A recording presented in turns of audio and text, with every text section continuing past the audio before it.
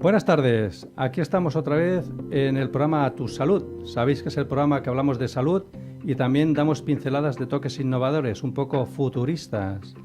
Recordad que nos podéis ver en la FM del 103.3 de Metro FM, en el Facebook de metrofm.es y en todas las redes sociales. Después de esto ahora ya lo explico después, porque ya tengo aquí a la doctora Salvador. Buenas tardes, doctora. Muy buenas tardes. Que como ya conocéis, es la doctora del programa, parece ya, ¿no? Es la Vengo encantada fichaje. porque me tratáis muy bien, ¿eh? Siempre lo hacemos. Pues, a ver, doctora, hoy creo que teníamos un tema que es un poco que gusta, pero la gente tiene miedos, los implantes mamarios. Vale, implantes mamarios, prótesis mamarias, os puedo contar lo que me preguntes, Daniel. Sí, un poco, me gustaría un poco saber la evolución, cómo han ido los primeros, cómo ha ido...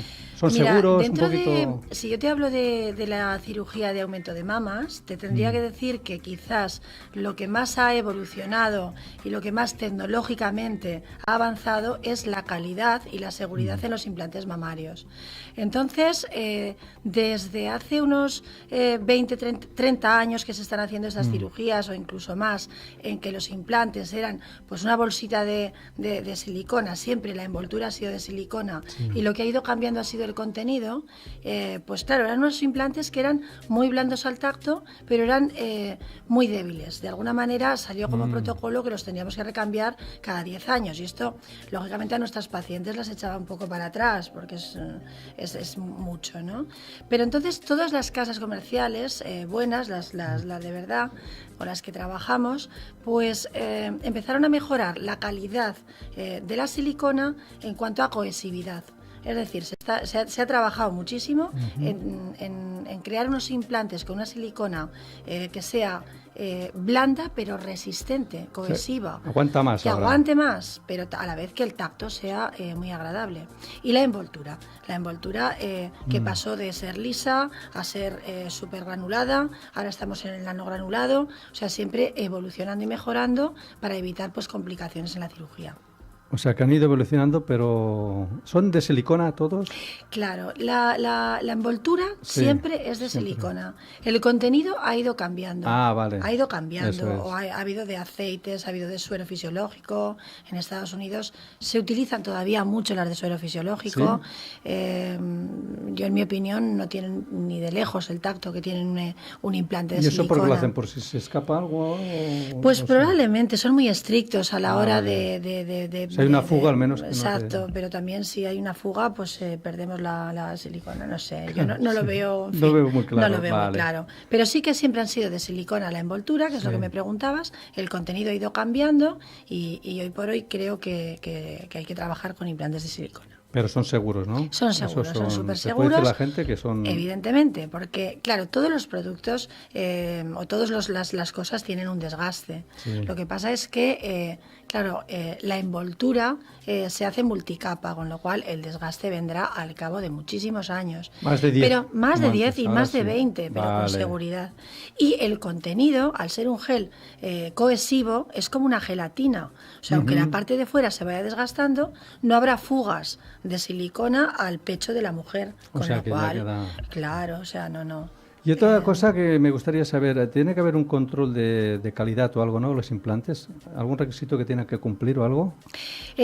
Básicamente va en la línea de lo que estamos hablando. O sea, los implantes tienen que ser multicapa. Pasan mucha seguridad, tienen que supongo, pasar ¿no? Mucha seguridad. Te contaré que los implantes mamarios se fabrican manualmente. O sea, que es manual, no es una fábrica como de hacer churros o coches.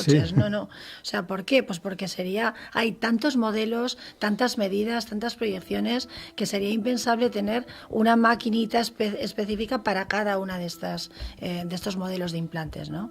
Entonces es muy un montón de O controles sea, de que seguridad. Sanidad pide muchas... Mucho, vamos, mucho. Tienen que pasar un montón de controles para que los podamos implantar. Y sobre todo que siempre vayan con médicos. Exacto, porque hay sí. gente que también van haciendo y no son ni titulados. Exacto. A veces sale en las Hay mucho noticias. intrusismo Eso es malo. en esta especialidad nuestra de estética, pues es como muy apetecible y hay mucho intrusismo. Entonces, a todos los pacientes que estén interesados en este tipo de cirugía, que busquen siempre un cirujano plástico.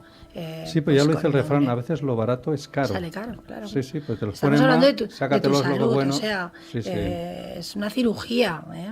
Luego he oído también que hay, no sé, hay implantes de poliuretano. Sí. Que es Sí, no silicona. los implantes de poliuretano ya llevan en el mercado muchísimo tiempo también. Sí. Entonces, como todos. Pues yo no soy mujer.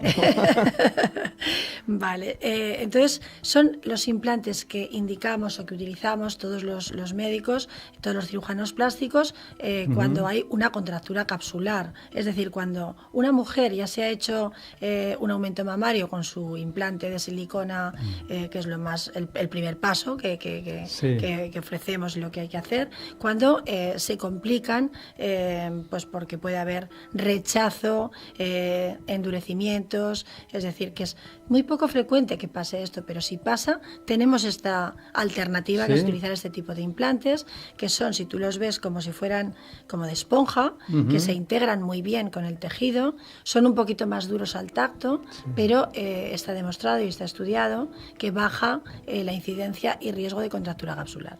Sí, porque puede haber alergias también con implantes. ¿Alguien que tenga un rechazo? Mira que llevo años ya en el terreno y no hay alergias, no, ni está contraindicado en pacientes que tienen enfermedades autoinmunes, o no hay ninguna contraindicación en pacientes que tengan antecedentes de cáncer de mama en la familia.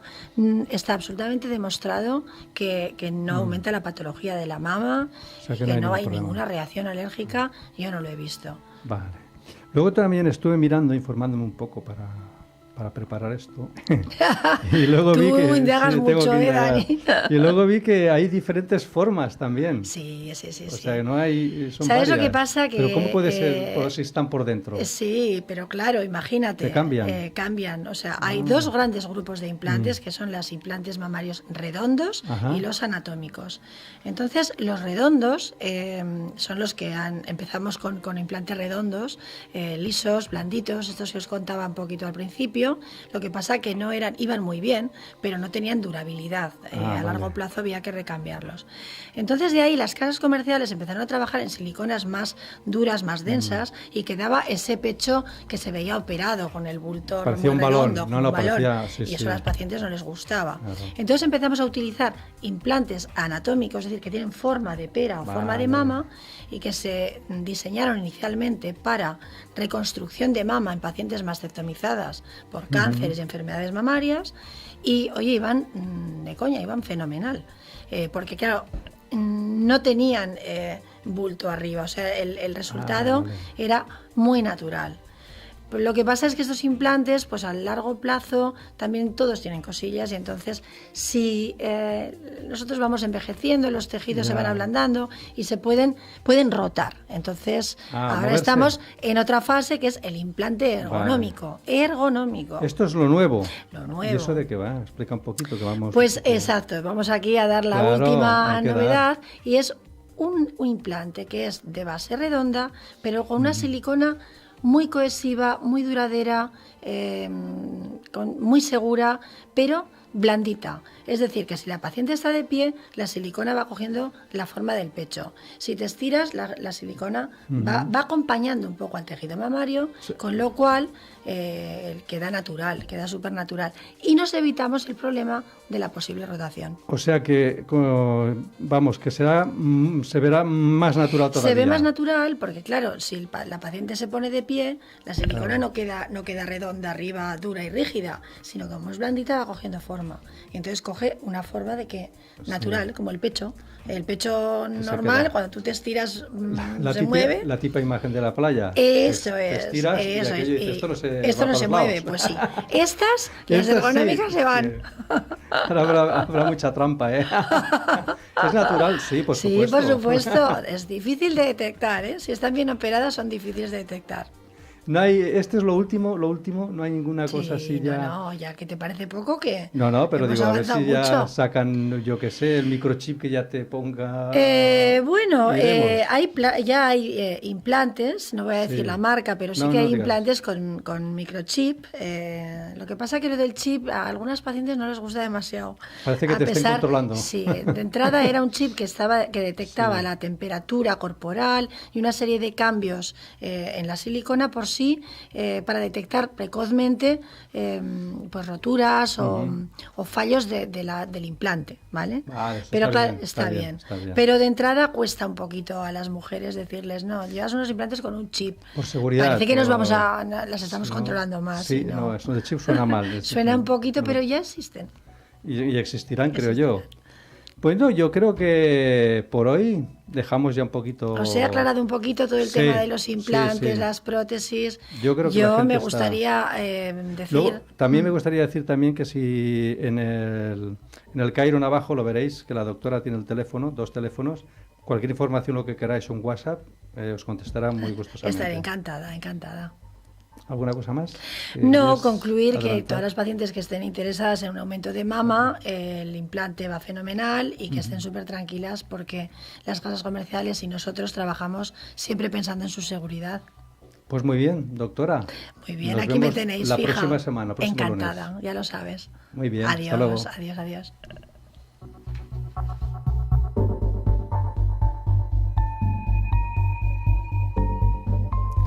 Bueno, y ahora volvemos con las noticias, como siempre, futuristas, ¿eh? Aunque sean un poco antiguas, pero sigue siendo futurista, porque esto vamos a hablar de en oftalmología, las células madre, cómo se recupera la visión. Y esto os voy a dejar el vídeo íntegro, que es de la clínica de la Universidad de Navarra, de un hombre que le hicieron un trasplante celular con células madre y recuperó la visión. De esto hace ya 8 años, o sea que están consiguiendo avances extraordinarios. Por eso os lo dejo el vídeo íntegro, lo veis y volvemos después. Adelante vídeo.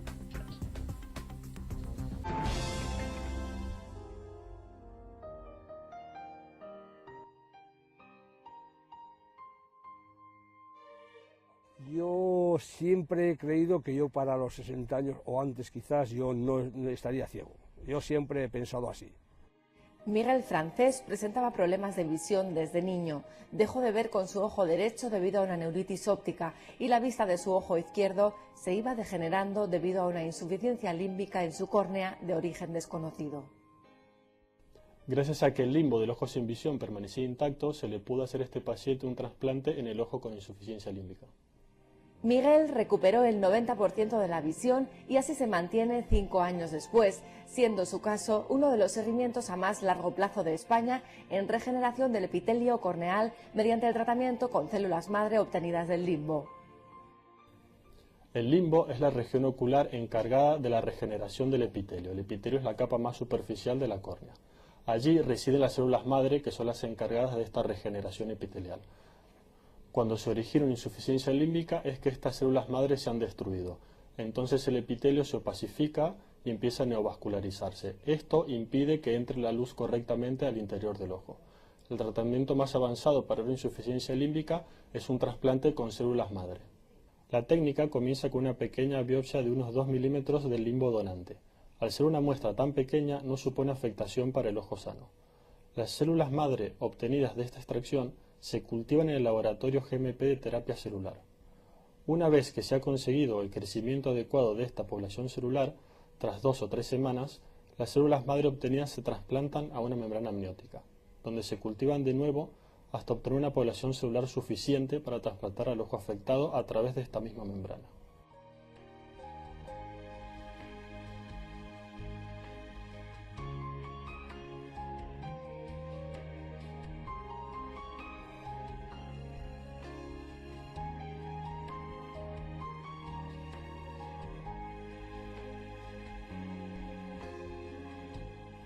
Estas células van cubriendo la superficie ocular, alojándose en el limbo afectado e implantándose en él, hasta regenerar el epitelio dañado y volver a crear una superficie corneal transparente y homogénea.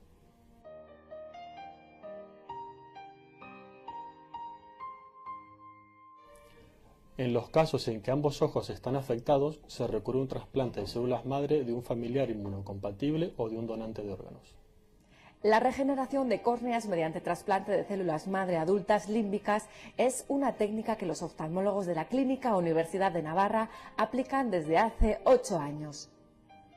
Y ahora pues me siento una persona totalmente útil, independiente totalmente y con mucha vida.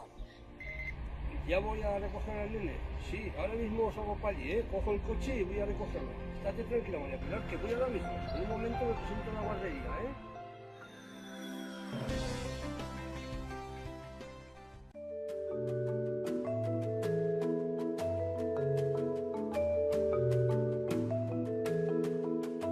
Estètica i salut de la dona. Experts en tenir cura de la bellesa. Cirurgia i medicina estètica. Atreveix-te a canviar. Doctora Salvador.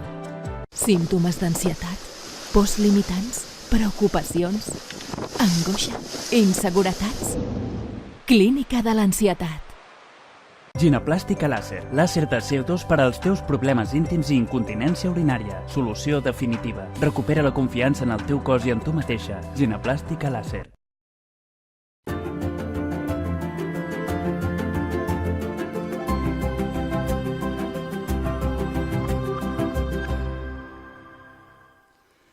Buenas tardes a todos, y aquí desde el programa de salud estamos ahora, nos toca la entrevista con el psicólogo José Salvador Férez de la Clínica de la Ansiedad, que nos va a explicar un poco, ¿no?, lo que es el tema de las crisis de pánico y las agorafobias. Y la agorafobia. Agorafobia, no se lo digo bien, creo que voy bien por ahí.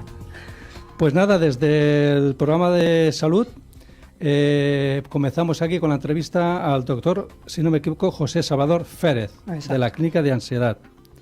Pues a ver, quería preguntarte sobre las crisis de pánico, porque yo he oído hablar, he tenido alguna, sé lo que es, pero hay mucha gente que no lo sabe. Así, si nos comentas un poquito por encima, ¿qué es una crisis de pánico? Sí, de hecho, uno de los problemas es que hay mucha gente que lo experimenta y no sabe lo que le ocurre, ¿no? Y acaban pasando varias crisis hasta que no dan con el problema.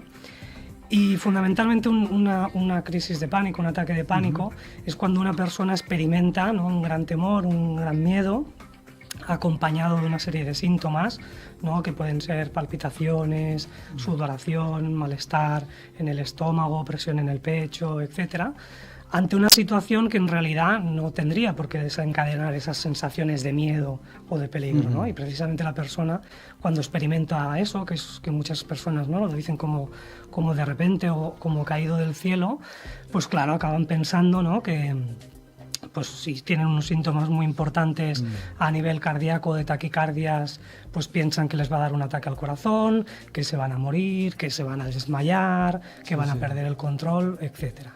Pero eso, a veces pienso, digo, el cuerpo, qué cosas que hace, ¿no? Porque eso, sensación de irte a morir, que te vayas a morir, o eso, palpitaciones de golpe, de repente es... Claro, es como un sistema defensivo, algo. Sí, digamos que esa es la parte de la explicación, ¿no?, que le damos nosotros cuando no sabemos lo que ocurre. Lo que en realidad pasa es que de alguna manera, digamos que mi cerebro ha identificado un peligro, de manera errónea probablemente, y se ha desencadenado toda esa respuesta. Como tú bien decías, algún sentido tiene, porque este tipo de respuesta es lo que en realidad nos salva, ¿no?, en una situación de peligro, ¿no?, un coche que a lo mejor va a atropellarnos si nosotros reaccionamos rápidamente, etcétera, otras situaciones que puedan ser peligrosas.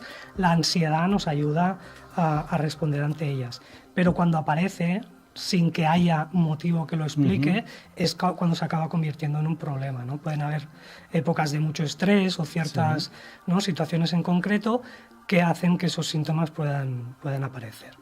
Y por qué te voy a preguntar yo, porque yo a veces me lo pregunto también y digo, ¿por qué vienen eso? ¿Por qué se produce? ¿Traumas o algo?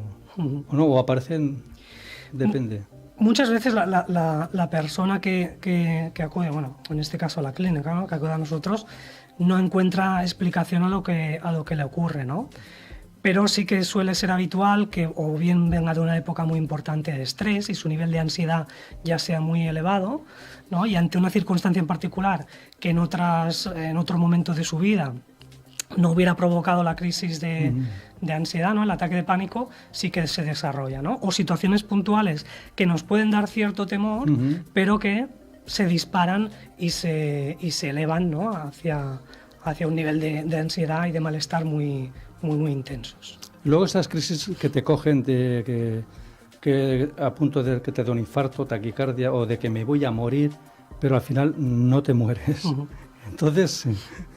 Bueno, ahí está, ¿no? Digamos que en una crisis, en un ataque de pánico, en una crisis de ansiedad, el temor que la persona tiene es que todas esas sensaciones acaben en algo más grave, ¿no? Pero vamos, no pasa nada. No pasa nada. Es una respuesta normal de nuestro organismo, que de hecho sube de manera muy rápida, y si hablamos de lo que sería un ataque de pánico clásico, ¿no?, suben esos síntomas de manera muy rápida, se mantiene durante unos minutos y luego baja de manera lenta, ¿no? La persona puede experimentar que la crisis ha durado mucho rato, pero los síntomas más intensos duran muy poquito y no son ni perjudiciales ni peligrosos, son muy desagradables, por supuesto. Ni te va a dar un infarto ni nada. Ni te van a dar un infarto ni te va a pasar nada de eso. Lo que pasa que tú crees que te va a pasar eso. La sensación. Exacto. Y como la ansiedad, ¿no?, digamos que se alimenta del miedo, es fácil que después de haber experimentado un ataque de ansiedad, el propio temor a experimentar otros ataques de ansiedad ya alimente esa parte de miedo que puede hacer que ante síntomas que en otras ocasiones hemos tenido de manera normal, los interpretemos como algo muy peligroso y que vuelva a aparecer en una crisis de ansiedad. Y luego también sé que va un poco unido a veces y a veces no, que es un poco tema la agorafobia, que va un poco unido, que es diferente, ¿puede cogerte aparte pánico y agorafobia? Sí, puede cogerte aparte, pero digamos que lo que sucede en muchas ocasiones es que la persona tiene un ataque de pánico, lógicamente lo pasa muy mal, tiene miedo a experimentar otros ataques de pánico y muchas veces queda asociado, ¿no?, ese temor al lugar donde ha ocurrido, ¿no? Me ha pasado que he ido un día que a mí ya, pongamos, ¿no?, por caso, ya soy una persona que nunca me han gustado las aglomeraciones, no me siento cómodo, un día voy en el metro, hay mucha gente, me empiezo a agobiar y me da un ataque de pánico. Y a partir de ahí empiezo a evitar el metro, y luego no solo es el metro, sino que sí el cine, que sí... Sí. No, yo te lo he preguntado así porque la agorafobia es otra cosa. Exacto. Pero puedes ir un poco unido, Exacto, ¿no? es otra cosa diferente, se puede desarrollar a raíz de los ataques de pánico o independientemente, y la agorafobia básicamente es el temor a experimentar una ansiedad intensa o un ataque de pánico en una circunstancia en que la persona piense o crea que es difícil obtener ayuda o que se va a encontrar en una situación muy embarazosa, etcétera. Y esos documentales que a veces veo que salen por televisión de salud, que dice, ves a la persona que no sale de casa, ¿eso es verdad?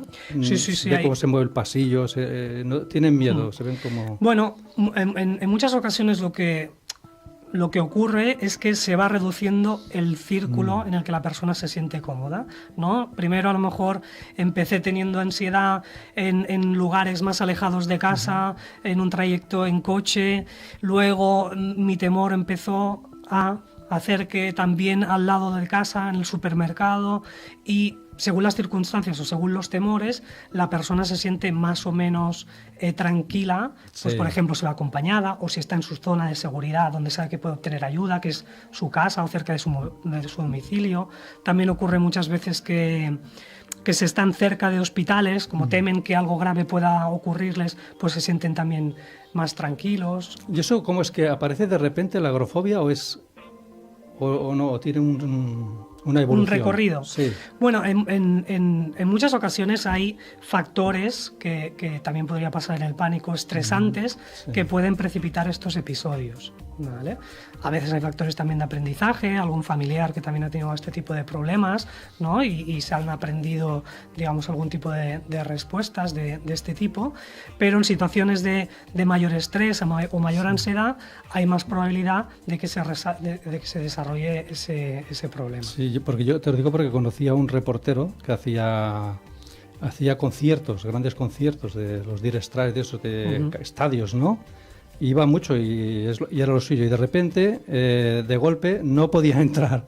Estuvo como una temporada, le daba miedo, digo. Bueno, eso sería un ejemplo... Puede ser que te entres sí. Eso sería un ejemplo clásico, ¿no? Seguramente él experimentó una ansiedad muy intensa y muy fuerte en esa situación, y a partir de ahí, pues lógicamente, ¿no? Empezamos a evitar aquello que nos ha generado o que creemos que nos ha generado esos síntomas, ¿no? Imagínate si yo pienso que me va a dar un ataque al corazón, que me voy a morir o que voy a perder el control o que algo muy grave está ocurriendo, tener que enfrentarme de nuevo a esa situación me produce otra vez los síntomas y el temor, y muchas veces o se pasa muy mal y se afronta o muchas veces se va evitando, y es lo que decíamos, que puede llegar hasta que te quedes prácticamente encerrado en casa y sin salir. Sí, pero es que esta persona ahora ya está, ¿no? Ya puede ir, pero que vivía en su salsa, que era lo suyo, y de repente, ¿por qué le apareció eso? No se sabe por qué aparece, ¿no? ¿Eso? Bueno, para evaluar su caso tendríamos que ver exactamente qué es lo que le pasa, ¿no? Que en un tratamiento precisamente muchas ocasiones se miran qué factores han precipitado que eso ocurra. Pero seguramente había ahí algunos factores estresantes. Hay una causa, vamos, porque para que se produzca tiene que haber algo. Lo que es cierto que no siempre... Está muy claro, por ejemplo, que todos los pacientes recuerdan perfectamente cuál fue su primer ataque de ansiedad. A veces se puede asociar a causas concretas, otras es más complicado, ¿no? Pero el desarrollo suele ser de esta manera. O sea, pero es complicado, o sea... llegar a tratar la agorafobia o el pánico, llegar a que la gente se cure, o es difícil. ¿O hay casos? No, se cura, por supuesto que se cura, y en muchas ocasiones la gente piensa que es mucho más complicado de lo que es. No es muy complicado, pero sí que es cierto que hay que trabajar, que hay que implicarse en la terapia, ¿no? Que hay que seguir ciertas estrategias o procedimientos, ¿no? Que en este caso nosotros trabajamos bajo la perspectiva de la terapia cognitivo-conductual, ¿no? Que ¿Eso qué es? Es un tipo de terapia que ha demostrado bastante eficacia en este tipo de trastornos, ¿no? Y de una manera resumida diríamos que lo que la persona aprende, es a cómo funciona la ansiedad, poco a poco afrontarla, a ver qué factores están implicados y a cómo cambiarlos, a cambiar esas sensaciones físicas, esos pensamientos atemorizantes, a dejar de evitar ciertas conductas o ciertas situaciones que le provocaban ansiedad. Y eso poco a poco se va trabajando, ¿no? Una terapia no es algo rápido ni mágico, ni mucho menos, pero sí que se puede, con trabajo, ir superando la ansiedad. ¿Solo ahí está? ¿Hay alguna terapia más? ¿O solo hay otras terapias que también ¿no? sí pueden funcionar, ¿no? Pero yo te hablo en mi caso de del tipo de terapia que trabajamos en la clínica, y que es de las que demuestran mayor eficacia en este tipo de trastornos. Y siempre bajo control médico o psicológico, ¿sí, no?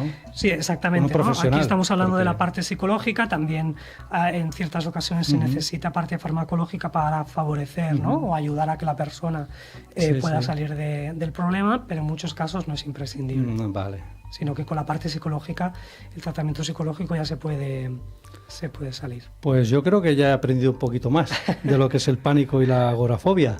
Muy bien. Pues nada, José Salvador, encantado de haberte tenido con nosotros, y nos vemos la semana que viene. Perfecto. Que nos darás ya hablaremos de otro tema bastante parecido. Muy bien, encantado de estar aquí. Muy bien, pues hasta aquí la entrevista, y ahora os dejo con un poco de las noticias del futuro.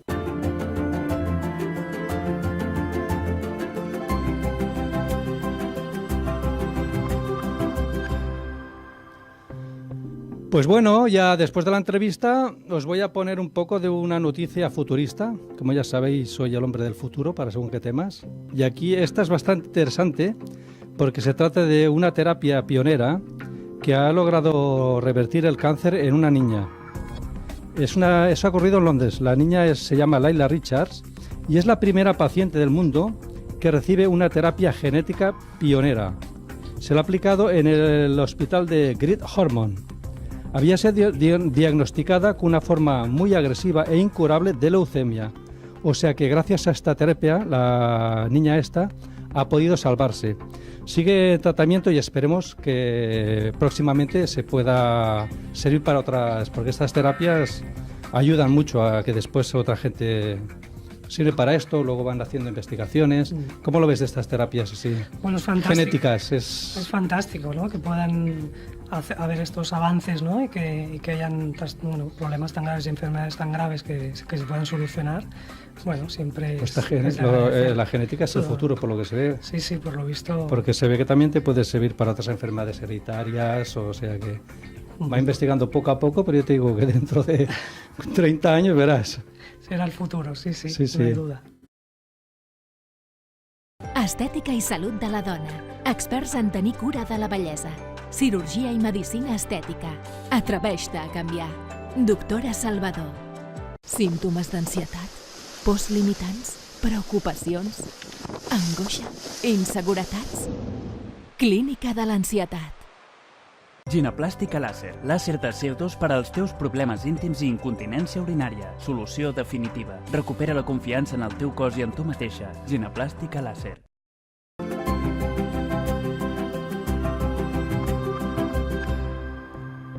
Bueno, y ahora después de la noticia futurista, volvemos otra vez aquí y estamos esta vez con el doctor Gregorio, que es ginecólogo y cirujano, lo digo bien, ¿no? Y especialista en mamas, y senólogo. Y serólogo. Y entonces, hoy hay un tema que lo he estado mirando, pero que es histeroscopia. ¿Os lo digo bien? Perfecto. ¿Me explica un poquito qué puede ser esto? Pues sí, mira, la histeroscopia es un procedimiento que nos permite ver la visualización directa tanto de vagina, el canal cervical y la cavidad uterina mediante endoscopia. Sería traducido a la colonoscopia lo mismo, pero en el aparato genital. Vale.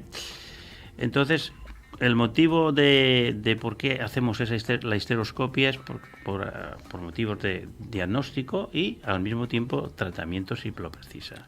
Sí, pero aparato genital de mujer hablamos. De mujer, sí. Genital de hombre es lo es que otra... sería la cosa de la próstata, vale. vejiga, etcétera. ¿Y el histeroscopio qué es? Pues es un aparato que es como... que tiene una lente en la parte más distal, es como una cánula, que es de metal, y en la parte más proximal tiene una óptica. La parte más distal que es la lente puede ser sin angulación cero, o angulación de 30 o de 15 grados. Nosotros utilizamos mejor la de 30 grados, porque con esa angulación podemos visualizar todas las paredes bien, tanto la pared anterior, posterior y laterales de la cavidad uterina y el resto de lo que estamos tratando de objetivar, como por ejemplo la vagina, etcétera. Y luego, la parte proximal, que es lo que estaba hablando del aparato, es una óptica, y esta óptica se une a un monitor, por lo cual podemos visualizar perfectamente a través del monitor todo lo que estamos haciendo. Vale, o sea que está monitorizado y lo veis sí. todo ahí. Antes se hacía en la época más juvenil, que digo yo, lo hacíamos directamente poniendo el ojo en la óptica, era muy incómodo. Ahora evidentemente todo ha cambiado, se ha robotizado, se ha hecho todo diferente, se filma todo y la visualización se hace en HD o en toda la tecnología moderna, y es muy diagnóstico.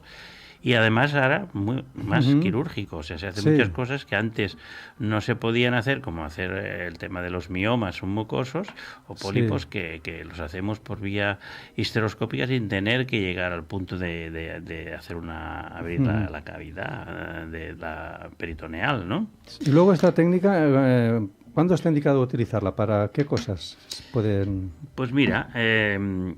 inicialmente, en toda aquella paciente que te viene que tiene ciclos menstruales irregulares, metrorragias, las metrorragias que tienen sangrados, que tampoco son con ciclos normales, y en estudios para ver cómo está una paciente que es infértil, que ha tenido abortos de repetición también, o aquellas otras pacientes que por otros medios diagnósticos sospechas que hay malformaciones, etcétera. Malformaciones como pueden ser úteros septos. El útero septo es un útero que tiene un tabique en medio, y esto nos irá bien hacer la histeroscopia para poder incluso solucionar la cavidad, resecarlo y obtener un beneficio para la paciente, ¿eh? Si para alguna cosa también, más, para biopsia o algo, no. Sí, evidentemente haces el diagnóstico y haces el tratamiento. El diagnóstico lo haces en visu, de lo que tú ves, y de una muestra que tú tomas de lo que, si se trata de una patología del endometrio, un pólipo, lo extraes, lo resecas, y si es simplemente el endometrio, pues también haces una toma de biopsia para ver si después tienes que hacer otro tipo de tratamiento más adecuado.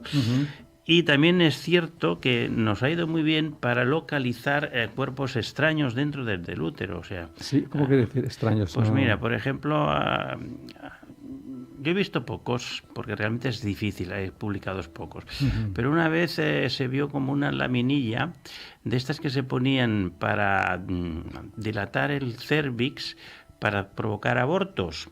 Vale. Entonces se quedaban dentro. Entonces la gente no lo decía, y ¿qué pasa? Hacías una ecografía y tú veías ahí una cosa rara. Lo primero que sospechabas, pues bueno, pues o que hay una calcificación, o bueno, una cosa, una cosita. No era normal, vamos. Que no era normal. De tipo óseo, que se llama una metaplasia ósea, que decimos que es una patología rara, pero que se hace como una calcificación. Y habíamos encontrado, al hacer la histeroscopia, pues que había pues una laminilla. Yo vi una laminilla de estas, ¿eh? En otros casos es para extraer DIUs que no los puedes extraer por vía natural, porque el hilito se ha roto o porque se ha girado, y entonces no puedes extraerlos en la consulta. Pues efectivamente le haces la histeroscopia, visualizas, traccionas con una pinza y ya está. Y últimamente que estamos viendo, ya nos lo avisó, ¿Sí que era?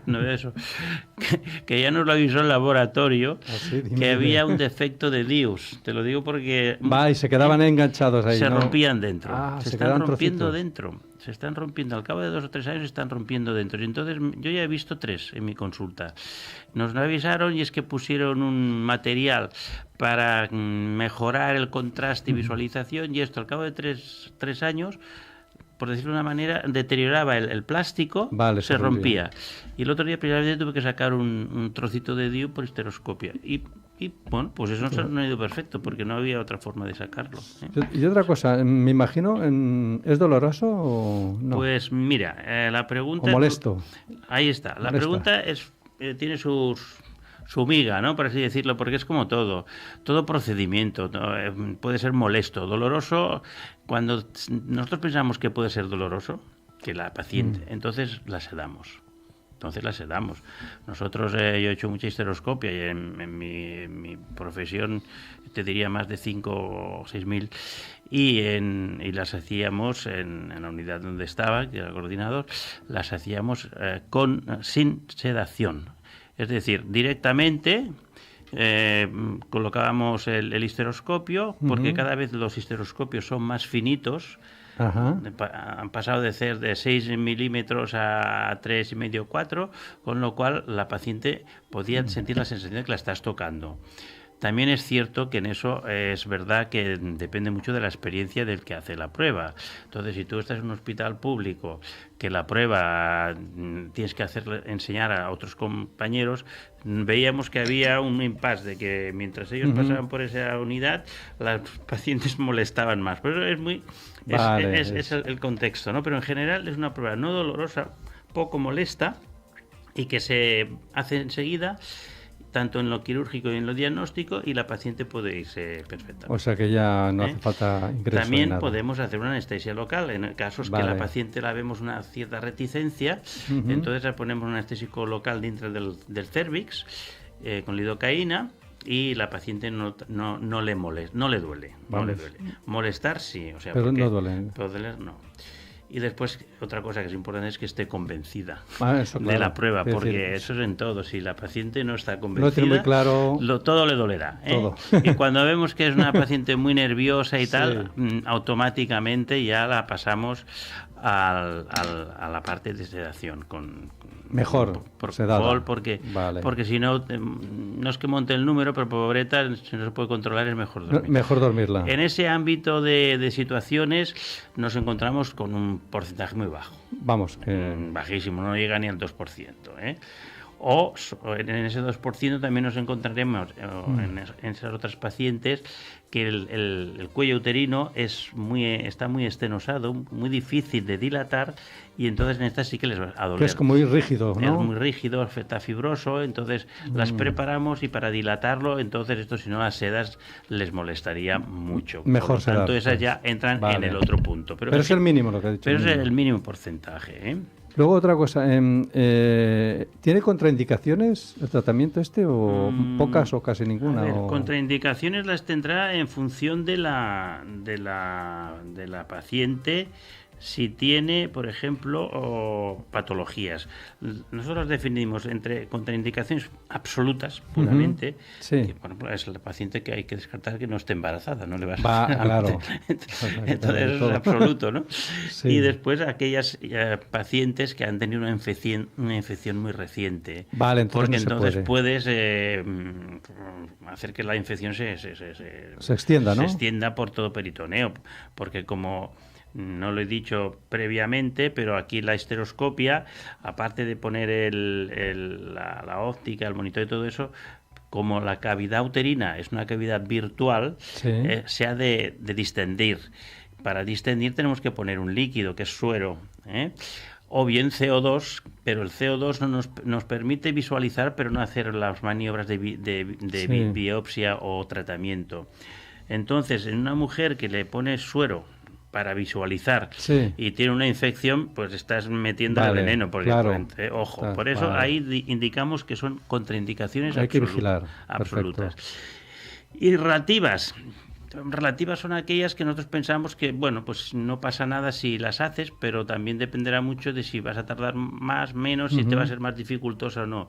Y aquí estaría pues lo que comento de la inexperiencia médica y de si hay una lesión uterina reciente, por ejemplo, que haya habido una manipulación, en el sentido que hayas hecho una perforación en una esteroscopia anterior, ha dejado una heridita y claro, tiene más riesgo de volver a hacerse. Pues entonces hay que esperar un tiempo prudencial, 2-3 ciclos, y entonces puedes hacerla tranquilamente.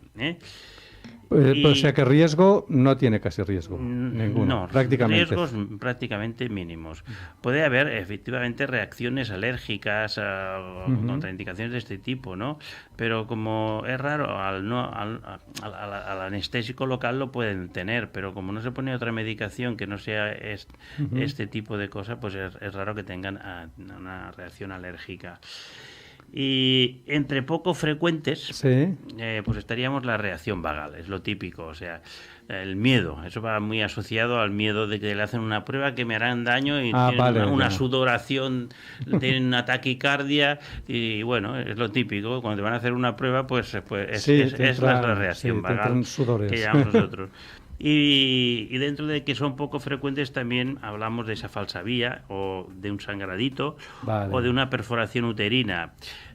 No tiene importancia si tú ves el problema. Si tú te das cuenta de que haces una falsa vía, es que haces un agujerito, no pasa nada porque es muy... Falsa vía que es donde no toca. Exacto. Falsa vía es, por ejemplo, es que te vas por otro lado.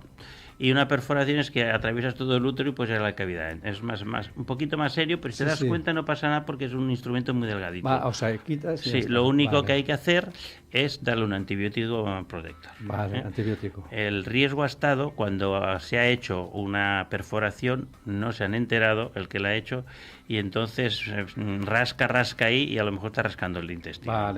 Pero son palabras mayores. Pero una diagnóstica, tal y como estábamos hablando, con cirugía muy ambulatoria, no vas a tener prácticamente problemas, siempre que haya una experiencia normal. Y luego, ¿cuándo se tienen que hacer estas pruebas? ¿Cuándo es el momento o para qué? Pues hay que hacerlo cuando nosotros pensamos que hay una patología en la cavidad uterina. Es decir, te viene la paciente, ya hemos dicho antes, que con un desarreglo, con una clínica hormonal, de metrorragias, que hay anemia, que ecográficamente vemos que hay un endometrio engrosado, que sospechas de que hay una malformación, un tabique, que sospechas que puede haber un mioma. Pues en esos casos tienes que hacerlo para llegar al diagnóstico, ¿eh? Y básicamente es por esos casos. Y porque si quieres hacer un estudio de fertilidad también. También, sí. O sea, vale. todo eso sirve para todo. Para la esteroscopia sirve para saber lo que tiene dentro la mujer de su cavidad uterina.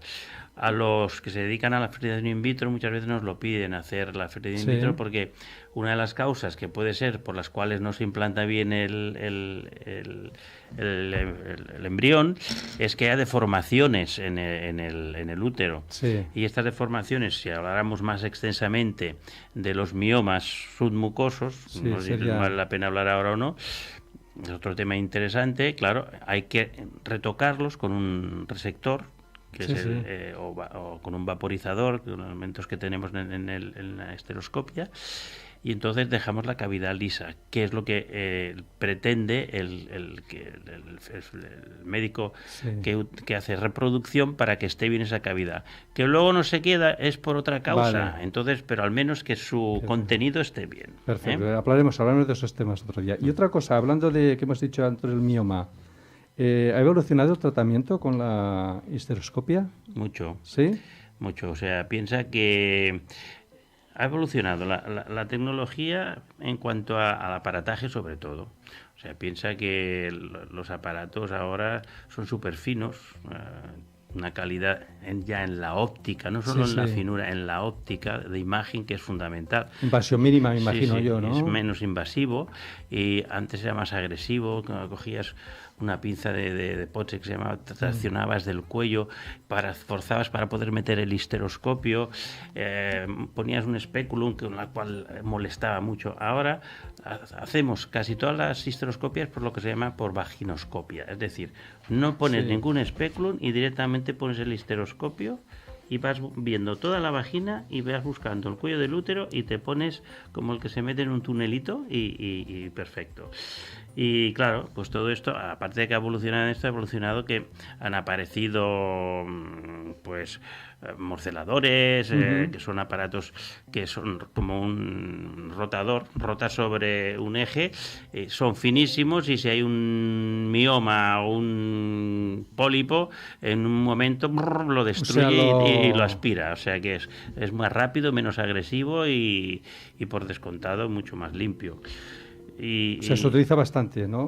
Ahora. Por ejemplo, en estos métodos como son la morcelación, la vaporización, la utilizamos o se ha utilizado mucho en el medio público, porque en el medio más privado tener de todo esto es complicado, y mientras tengas un aparato que te lo resuelva, porque en el fondo los tres hacen la misma función, el morcelador, el receptor, etcétera. Entonces, mientras tengas un aparato y lo utilices bien, te va a ir perfecto. Pero claro, en un centro que es público, que es referencial, que es universitario, tienes que tener todo lo tienes que tener, vamos. Y hay un congreso de histeroscopia anual que se hace cada año, y se van presentando pues novedades siempre. Y las novedades todo giran en lo mismo, en conseguir un aparato cada vez más con menos traumatismo, preciso, y que te sea más simple, Incluso están apareciendo histeroscopios que son desechables, O sea, de utilizar una vez y tirar. De utilizar y tirar. O sea, sí, yo tengo 2 para utilizar, pero claro, en estos ya tienen una indicación más seleccionada para hacer más diagnóstico y una muestra de biopsia, no para sacar un mioma. ¿Me entiendes? Bueno, yo creo que por aquí ya más o menos no sé si me esto ha quedado mucho, no. Hay mucho tema en el tema de los miomas, por ejemplo, si otro día quieres que lo hablemos, es muy hablaremos, interesante, porque la mujer sí que confunde muchas cosas del mioma con el pólipo. Me han dicho que tengo, y los miomas hoy en día, te lo digo de pasada, ¿eh? O sea, ¿los síntomas pueden llegar a confundirse? Sí, pueden confundirse por los sangrados, por una parte, por el dolor y por el volumen. Pero es que además la histeroscopia ha evitado muchas histerectomías. Vale. Porque la mujer que tenía un mioma dentro de la cavidad grandote estaba todo el día sangrando. ¿Y qué hacías? Todo fuera, ¿no? Todo fuera. Depende de la edad, abrías la barriga, la paroscopia. Y ahora es que yo, hacer histerectomías por miomas, no recuerdo. Porque también tienes otra vertiente, que es o sacas con el mioma por histeroscopia, que es muy... para el que está acostumbrado lo haces, o das un tratamiento antiestrogénico que reduce el mioma y le evitas el sangrado, o pones un DIU hormonal, que ya hablaremos luego en la anticoncepción, que también le evita el sangrado. O sea que la cirugía ha ido a menos en cuanto a abrir la barriguita, ¿eh? Sí, pero ¿cómo adelantamos en tecnología, eh? Cada vez. Mucho. Al final. O sea, yo creo que cada vez es que no habrá cirugía. Ya no habrá directamente. No, yo lo digo muchas veces, ¿eh? Así en petit comité lo digo, en que la cirugía es el fracaso de la medicina, ¿eh? Y yo que soy cirujano, dices, ¿cómo te atreves a decir? Mi cuñado que estás quedando sin trabajo. No, porque tienes otros recursos. La ventaja es que tienes otros recursos. Y como tienes otros recursos y si estás al día no hay problema, pues recoges eso. Y la solución es fácil, pero que yo te aseguro que llegaremos a ese punto. Aquí nos gusta, ya sabes que hablamos también de un poco de adelantos científicos. Sí. Ya hablaremos. Yo lo veo pero cada vez lo veo más claro. Y bueno, pues nada, doctor, nos vemos la siguiente semana y con cosas nuevas y novedades. Ha sido un placer, espero que la cosa se haya entendido bien. Sí, perfecto. Yo ahora me voy con lo que nos gusta a una noticia futurista. Vale.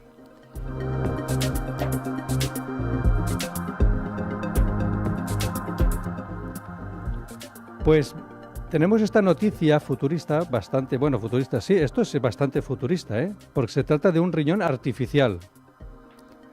Científicos estadounidenses ya están preparando un riñón artificial que encima funciona con filtros de silicio y células vivas. O sea, que es un riñón que se podrá implantar como si fuera un riñón, lo puedes tener al lado.